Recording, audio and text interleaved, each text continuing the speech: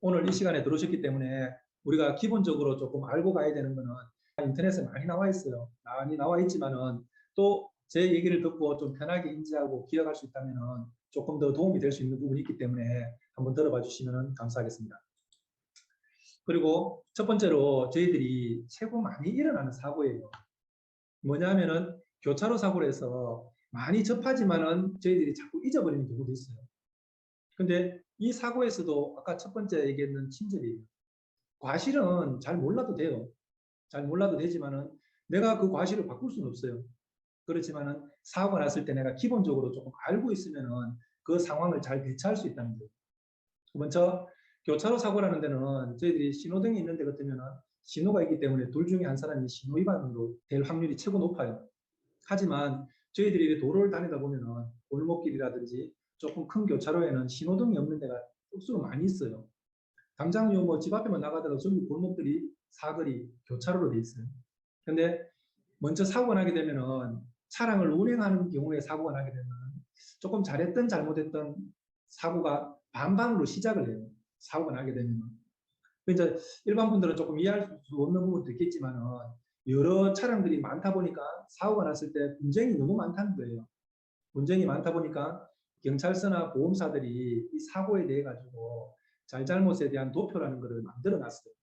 이런 사고에서는 싸우지 말고 이런 정도의 과실이 있지만은 그 사고에서 누가 조금 더 잘못했느냐 거기서 추가를 해가지고 과실이 10% 20% 땡겨지는 부분이고 이 과실을 가지고 금융감독원이나 허가를 받아가지고 도표를 만들어놨는 거기 때문에 누가 개인이 만들어서 이게 잘했다 잘못했다 판단하기 어렵다는 거예요. 그래서 분쟁이 있으면은 경찰서에 가시면은 경찰 담당자분들이 가피해를 가려줘요. 그 가피해를 가려주면은 그 가피해를 가지고 보험회사에서 과실을 매긴다는 거예요. 프로테이지를. 그리고 경찰분들은 잘했다 잘못했다 51%의 가해자 49%의 피해자다 보니까 그 부분만 판결을 해준다는 거예요. 그러니까 어떤 형태에서는 또 좀 편한 부분도 있겠죠. 그리고 교차로에서 최고 흔히 나는 차가 오른쪽 왼쪽의 차량들이 많이 사고가 나요. 여기서 뭐 여러 가지 상황이 많아요. 뭐 상대방이 핸드폰을 봤다든지 아니면은 또 약간 부주의한 행동을 했다든지 여러 가지 행동이 있겠지만은 교차로에서 정중간에 범퍼에 접촉을 하게 되면은 이제 이 과실을 어떻게 적용하느냐예요. 그 사고가 나게 되면은 그 운전자 입장들은 자기 입장을 얘기하다 보니까 누구 말이 맞다 안 맞다 판단하기 어렵다는 거예요. 그러니까 공평하게 이 사고가 났다는 기준을 본다는 거예요. 그러다 보니까 이 교통사고라는 거는 최고 차가 문제가 아니고 사람이 최우선이에요. 그 사람을 우선으로 봐주기 때문에 교차로에서 정중간에서 이렇게 범퍼 대 범퍼가 접촉이 나게 되면은 사람이 타고 있는 쪽이 피해자예요. 이거는 법적으로. 왜? 제가 오른쪽에서 진행할 수도 있고 왼쪽에서 진행할 수도 있고 그건 내가 다니는 데마다 상황이 바뀌지만은 교차로에서 오른쪽의 차하고 왼쪽의 차량이 접촉이 했을 때 어떤 차가 피해자냐면 똑같은 상황이지만 우측에는 운전수가 타고 있기 때문에 보호를 해주라는 거예요. 아무래도 운전석에 충격이 가게 되면 안에 타고 있는 사람이 다칠 확률이 많이 높기 때문에 그런 기준으로 보험회사에서 과실을 만들어 놨는 거기 때문에 내가 운행을 할 때 교차로에서는 우측 차량을 먼저 보호를 해주는 게 기본의 그 교통사고 법규의 기준이라는 거예요. 그리고 그 여러 가지 상황, 차량이 진입을 좀 많이 했다든지 진입을 많이 했다는데 또 과속으로 왔다든지 그런 스피드 마크 자국을 가지고 판단한다든지 하겠지만은 기본적으로 교차로에서는 일시 정지를 하면 사고가 절대 안 나요. 근데 그 일시 정지를 무시했기 때문에 사고가 나게 되면은 5대5 과실로 했을 때 누가 좀 더 잘못이 있냐는 방금 말한 우선 우측 차량 그리고 거기에 대한 여러 가지 조금 과실을 더 적용할 수 있는 부분은 그 사고 현장에 따라서 많이 적용이 달라질 수가 있습니다. 그러니까 때문에 저희들이 차량을 운행할 때는 먼저 사람을 최고 우선적으로 보호해줘야 된다는 게 의무이기 때문에 교차로에서는 우측 차량을 내가 먼저 보호해줘야 되는 게 우선이라고 하나 좀 기억하고 있으면 혹시라도 사고가 났을 때 좀 이해할 수 있는 부분이 될 수 있을 거예요. 내가 우측에 있으면 내가 조금 피해자구나. 좌측에 있으면 내가 조금 가해자구나. 이런 식으로 판단할 수 있는 부분이 충분히 있다는 겁니다. 이것도 최고 많이 일어나는 사고예요. 그리고 두 번째로 최고 저희들이 많이 나는 사고들이 차선 변경 사고예요. 이번에 법이 개정돼 가지고 많이 바뀐 법규가 있겠지만은 이 차선 변경 사고에서는 뭐 여러 가지 형태들이 있어요. 내가 직진을 하고 있는데 우측에서 차선을 변경하다가 범퍼에 부딪힐 수도 있고 문짝에 부딪힐 수도 있고 뒷문짝에 부딪힐 수도 있고 여러 가지 사고가 생길 수가 있어요. 그런데 요즘에 차량들이 그 블랙박스라는 게 많이 설치되어 있기 때문에 요즘에는 운전자의 말씀들보다는 블랙박스를 보시면서 사고의 정황을 더 확인하기가 더 편해진 부분이 있어요. 그렇지만 혹시라도 블랙박스가 없다. 이런 경우에는 차량이 어떻게 진행했고 받침 부위가 어떤 부위고 이런 부분만 있어도 충분히 이 사고에 대한 과실을 정할 수가 있어요. 하지만 거기서 조금 더 부주의한 부분이 있으면 과실이 10% 정도 왔다 갔다 할 수 있는 부분은 충분히 생긴다는 거예요. 상대방이 전화를 하고 있었다든지 다른 행동을 하고 있어서 사고를 낸다든지 이런 부분에서는 과실이 조금 더 적용될 수 있는 부분이 생긴다는 겁니다. 그리고 지금의 도표에 보듯이 차선 변경 사고의 기본적인 사례예요. 지금 A 차량이 직진 중에 B 차량이 이래 차선을 변경하다 사고가 나게 되면 기본적으로 한 7대 3의 과실이 생긴다는 거예요. 여기서도 여러 가지 정황이 있겠지만 기본 과실이라는 거예요. 근데 뭐 사고가 나게 되면 아까도 말씀드렸지만 무조건 손해는 생겼어요. 잊어버리지 말아야 되는 게 친절한 거예요. 내가 잘했을 때든 잘못했을 때든 친절하게 업무 처리할 수 있지만 화를 내면 그 손해가 확 깨들더라는 거예요. 그런 부분 조금 더 기억해 주시면 감사하겠고 또 이제 저희들이 최고 궁금한 부분이에요.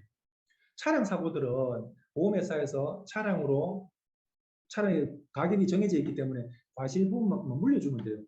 그러면은 저희들이 차량 사고가 나게 되면은 경미한 사고라도 사람이 다치는 경우가 또 간혹 있어요.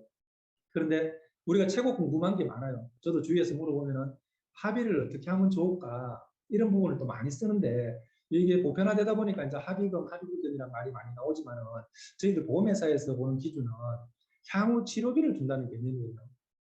그 뭐 합의 개념보다는 그러니까 내가 손해가 났기 때문에 손해위로금과 이분이 앞으로 향후 치료를 했을 때 그 치료비를 조금 준다는 부분하고 내가 혹시라도 일을 못했는 부분이 생기게 되면 소득보상금을 줘가지고 그 손해를 이제 어느 정도 보전을 해준다는 부분이기 때문에 합의금보다는 향후 치료비라는 부분이 많이 적용되는 것 같아요.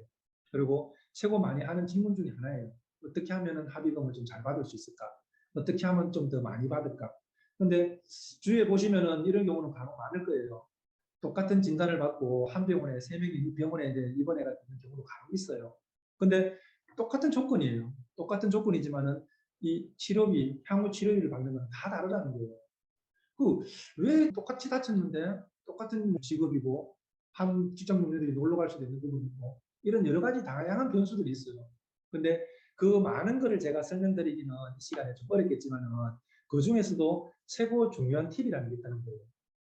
손해가 나면은 보험회사에서는 손해위로금이라서 그 사람의 다친 급수라는 게 있어요. 1급에서 14급까지 먼저 그 급수해가지고 손해위로금을 책정을 해줘요. 그리고 내가 일을 못하는 비용에 대한 소득보상금은 내가 직장이 있으면은 운전징수에 있는 자료를 끊어내게 되면은 거기에 일 못했는 비용을 계산해서 지급을 하는 부분이고 나머지 기타 내가 손해비용이 있는 걸 같이 합쳐서 드려요. 근데 그 금액은 정해져 있어요. 그걸 보험사에서 적게 준다든지 뭐 안 주고 이런 경우는 없어요. 그런데도 금액이 다 다른 이유가 있어요. 그거는 뭐냐 하면은 이 보험회사 직원들은 본인을 돈을 주고 이 합의하는 게 아니에요. 이거는 보험회사에서 고객분들이 돈을 받아서 사고가 나게 되면 그 돈을 모아가지고 개인이 한 사람이 못 내기 때문에 여러 사람들이 모았던 돈을 개인한테 주는 건데 이 돈을 어떻게 주느냐가 중요하다는 거예요. 보험회사에서는 일을 못했는 비용이 최고 크게 잡아요. 그러니까 통원했을 때는 일을 내가 통원하면서도 직장을 못 다니는 경우도 있겠지만 보험회사의 기준은 통원을 하는 분들은 직장을 다닌다고 본다는 거예요.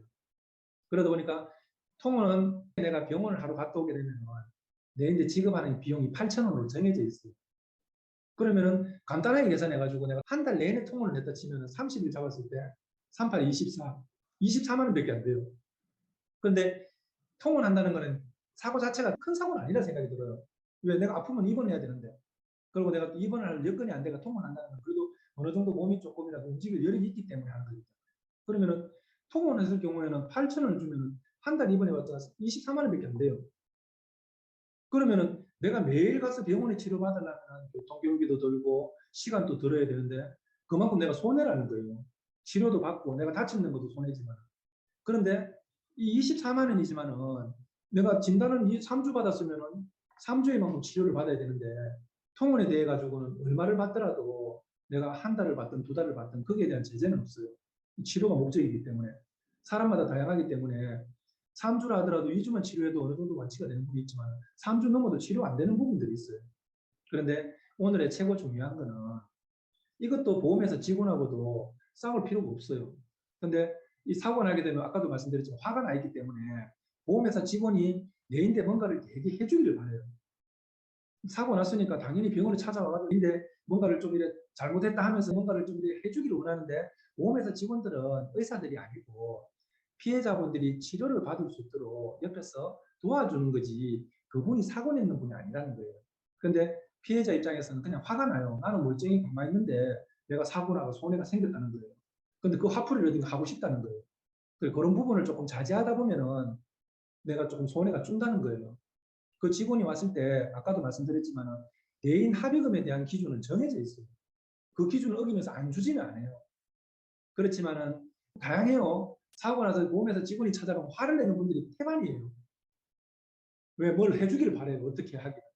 사실 치료하는 거는 병원 의사분들이나 간호사분들이 충분히 하는데 그 보험회사 담당자가 오면 조금 끈잖아요. 앞으로 그러실 필요가 없어요. 그 각 보험사 직원들도 사람들이기 때문에 굳이 언쟁을 하고 싸울 필요가 없다는 거예요. 조금 더 친절하게 하다 보면은 사람이다 보니까 그 직원들은 여러 사람들의 피해자를 상대로 하기 때문에 분명히 사람 상대하는 직업은 쉽지는 않거든요. 그렇지만 서로 배려해주고 내가 조금 더 그분한테 친절하게 했을 때는 그분이 내가 해줄 수 있는 부분 다 해줘요. 뭐 아까 말씀드렸지만은 어떻게 손해를 입었는 거 그 직원도 알 수 있다는 거예요. 그렇지만 또 일부의 너무 오래된 직원들은 또 이 사람을 이거 다친 환자를 안 보고 보험회사에서 합의하는 대상자를 보다 보니까 조금 불편한 부분도 없지 않아 있어요. 있지만은 그분들도 돈을 안 주지는 않아요. 그 규정에 따라서. 그렇지만은 내가 이 손해 났는 부분을 조금 친절히 얘기를 해주고 내가 이런 어려운 점을 겪었고 차가 손해가 났다 했을 때는 그 직원은 다른 생각을 할 수 있다는 거예요.